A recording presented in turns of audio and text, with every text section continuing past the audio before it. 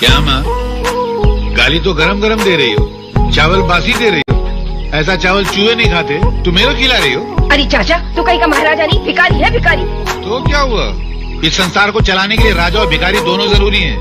राजा tax लेता है तो भिखारी भीख लेता है। राजा महल में राज करता है तो भिखारी तुम्हारे दरवाजे पे आके फरियाद करता है। राजा इंसाफ करता है तो भिखारी बासी खाना साफ करता है। तुम्हारे दरवाजे पे आके अगर मैं भीख मांगता हूँ ना, तो तुम मेरे पे एहसान नहीं करती हो, मैं एहसान करता हूँ।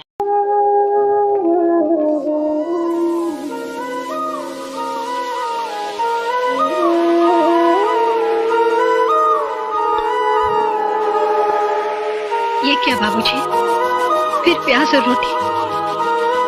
सब्जी दाल खाना तो कई दिनों से भूल ही गए हैं आप। कई दिनों से आप चटनी रोटी ही खा रहे हैं। कहते हैं चादर जितनी बड़ी हो इंसान को पैर उतने ही फैलाने चाहिए, मगर मेरी तो चादर ही छिन गई है। मैं अपने हिस्से का खाना बहुत पहले खा चुका हूं। ये चटनी रोटी भी मैं अगले जन्म से कर्ज लेकर खा रहा हूं। मगर अफसोस ये है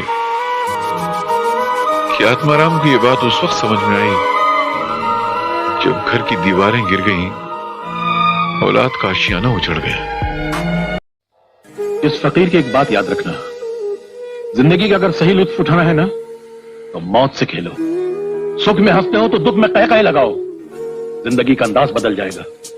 बेटे, जिंदा है वो लोग जो मौत से टकराते हैं, मुर्दों से बदतर है वो लोग जो मौत से घबराते हैं। सुख को ठोकर मार, दुख को अपना। अरे सुख तो बेवफा है, चंद दिनों के लिए आता और चला जाता है। दुख तो अपना साथी है, अपने साथ रहता है।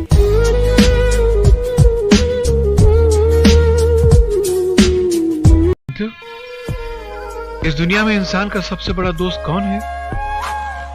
दुख है? इस दुख को इंसान से इतनी मोहब्बत होती है कि हर घड़ी इंसान के सीने से चिमटा हुआ रहना चाहता है। ये वही दुख है जो कभी रोटी का दुख बनकर आता है, कभी नौकरी का दुख बनकर आता है, कभी बीवी का दुख बनकर आता है, तो कभी औलाद का दुख बनकर आता है।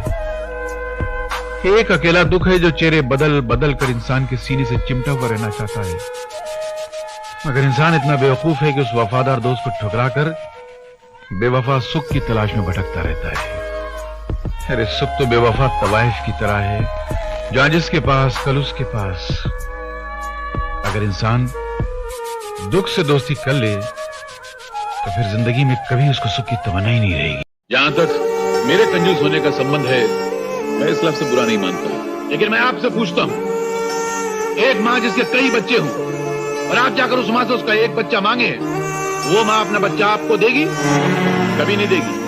इसी तरह मैं भी अपनी मेहनत से कमाए हुए अपने एक एक पैसे को अपनी औलाद समझता हूँ। अगर वो माँ अपना बच्चा नहीं देगी तो मैं भी अपना बच्चा आपको मुफ्त में नहीं दूंगा। अगर वो माँ कंजूस है तो मैं भी कंजूस हूँ और मुझे अपने कंजूस होने पर फख्र है, शर्मिंदगी नहीं। इस देश में पढ़ाई लिखाई करने वालों को मिलता क्या है? सारी जिंदगी माँ बाप की दौलत और मेहनत को बर्बाद करके लड़के डिग्री हासिल करते हैं, उसके बाद नौकरी के लिए ठोकरें खाते फिरते हैं। आधी जिंदगी पढ़ाई में गुजर जाती है, आधी जिंदगी ठोकरें खाने में गुजर जाती है। तो क्या फायदा ऐसा पढ़ाई हासिल करके? उल्टा पढ़ाई लिखाई हासिल करने के बाद मेहनत मजदूरी करते हुए शर्म आती है, क्योंकि दिमाग की दीवार पर डिग्री की छाप लगा। वैसे भी आज के जमाने में कौन पढ़ाई लिखाई करके साधु संत बन जाता है?